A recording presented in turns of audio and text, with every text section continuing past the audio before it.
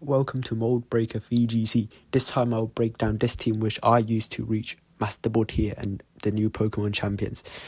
It might have because I've played this team for like 8 hours. I've grinded for the whole day since the release. But yeah, this team is, I think, like, it's very broken. And when I played like the last couple of games, which I think I was on like a winning streak for like 7 games. Yeah, it's basically a core 4 of Whimsicott, Rotom Heat, Garchomp and Mega Tita. Incineroar, he's just here for like the team preview to like maybe sometimes people don't take the physical attackers that much. Honestly say I don't think I bring Incineroar at all for like the last 10 games before I reach Master Ball. I felt like there could be some changes to this position, but like the point is the other 4 members of the team is so broken that I don't actually need Incineroar at all. I felt like one of the reasons because of right now there's not much people running Prankster Whimsicott, which is the Tailwind setter, so like it's like fairly slow around. And yeah, Milotic just here to round up the team to like I have run Mega Gallade for a bit, but then the fighting type is like too weak to Fairy Wish, and then I saw like some Mega Gardevoir, Mega Eternal Floette, and I decided to run like Milotic, which is neutral, and then like maybe it can do something. Yeah, like basically I have 2 resets to Fairy type, and I can bring one of them and one of these or whatever. But basically, okay, let me break down this call. You just always bring Whimsicott to the start because of the Tailwind support. And what usually you can do is if they have like, for example, Sneasler, and they try to fake out, and you double protect for the first turn because they can't set up. If they set up, you can just encore them.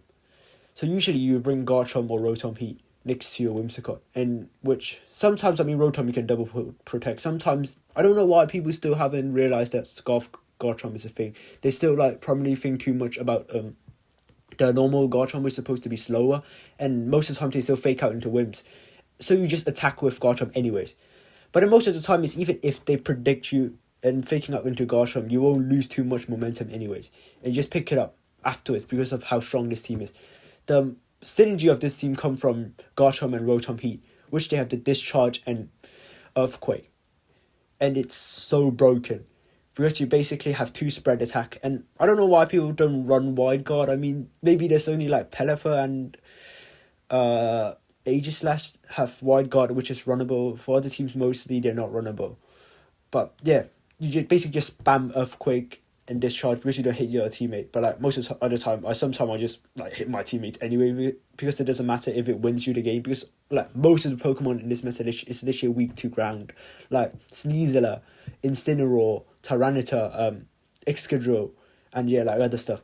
I mean, sometimes you have a bad matchup into like Sinistcha, and then you just bring Rotom Heat and then Overheat, and then like most of the time you might kill like close to killing, or like you have T-Tower, which knockoff would do a lot of damage. Just absurd. Wait, hold on. I think this set is wrong. Yeah, I think I updated it something weird. I think I changed to like 95 for base speed. I'm not sure. Yeah, I think I'm running it a bit slower. But yeah, I'm not sure. If it get a thingy, I think it's somewhere around here, yeah. And then I just invest a lot in health, and then this I run Adamant, yeah.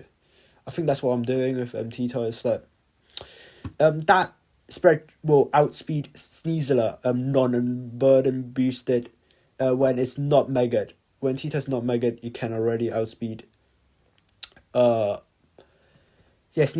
Like, imagine if I don't want to Mega first because of the weather that they have. Yeah, it already outspeeds Sneasler in Tailwind, so like it's very good. And yeah, the low kick is good for counter T-type matchups and other steel type. That's the reason why I used to have Gallade, but then now I put low kick in, and I felt like the amount of Archidon just dropped because people realised that it's not that strong anymore and there's no good item on it. So yeah, it dropped significantly. And then knockoff and rock slide is just normal. I've run Dragon Dance for a bit, but I don't feel like I've ever actually used the move a lot. So yeah, and then Garchomp, second one. It's a Scarf Garchomp. This is, if you know, it's 1 point faster than Basculegion, which means it will outspeed Scarf Basculegion and also Dragon Pulse, more importantly. So it can just Dragon Claw and OHKO Dragon Pulse if they're not feeling it. But most of the time, if they know that you outspeed them, then they will. defend it. But yeah, that's the spread. It's fine. I mean, yeah, there might be better other stuff that we should count for later. But like for now, that's very good. And Whimsicott, the normal set, Tailwind, Moonblast, Encore, Protect. I felt like Protect is very good to just stall turns out, no matter it's preparing for your second Tailwind. But yeah, there's some anti-synergy between Sand and Whimsicott Sash, which you need to like look into like very detailed to like make sure you don't do anything like just committing your Whimsicott and like just dying to Sand. And Incineroar, I don't know, I just put on a team because I mean like it's supposed to be the best Pokemon we have and it probably is. I don't know, did it like scare off different teams, but like I don't feel like it has the best matchup right now because of the amount of these are running around and like yeah, it does not appreciate close combat into it. And Basculegion as well, there's a lot of them around. I think those are the primarily physical attacker, or some like Garchomp or Tito, which literally just hit Incineroar for super effective damage. So I don't think Incineroar appreciate walking around right now. But yeah, just having it on the team is not bad. I might look forward to putting Sneasler actually on my team, but I haven't actually got any recruitment yet, and the whole game I'm playing is like I haven't bought anything yet, so like it's free to play. I'm trying, yeah. And now I haven't got Sneasler yet. After like 10, I even got a shiny Mega Kangaskhan, yeah. And then it's a Rotom Heat, the other very broken guy. Basically the discharge, it's 80 base power with Magnet, which will make it like 96, yeah, which is a bit stronger than Heat Wave. That's what the thing I want to talk about. It's like a stronger version of Heat Wave, but it connects 100% of the time.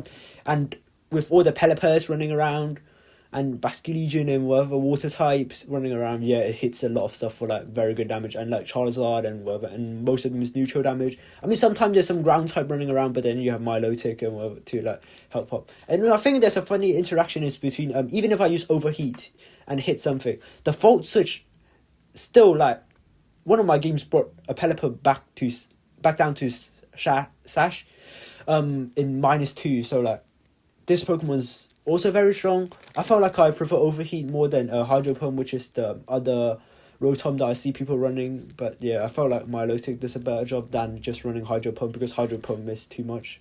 And yeah, the last one is Milotic. It's Golden, Icy Wind, and Recover. And that's physically defensive because I don't really bring Incineroar and it's like all rounded. And enough Icy Wind for control and Scald just for the damage and maybe Fish for some burns. So yeah, this is the team I reached Master Board here with.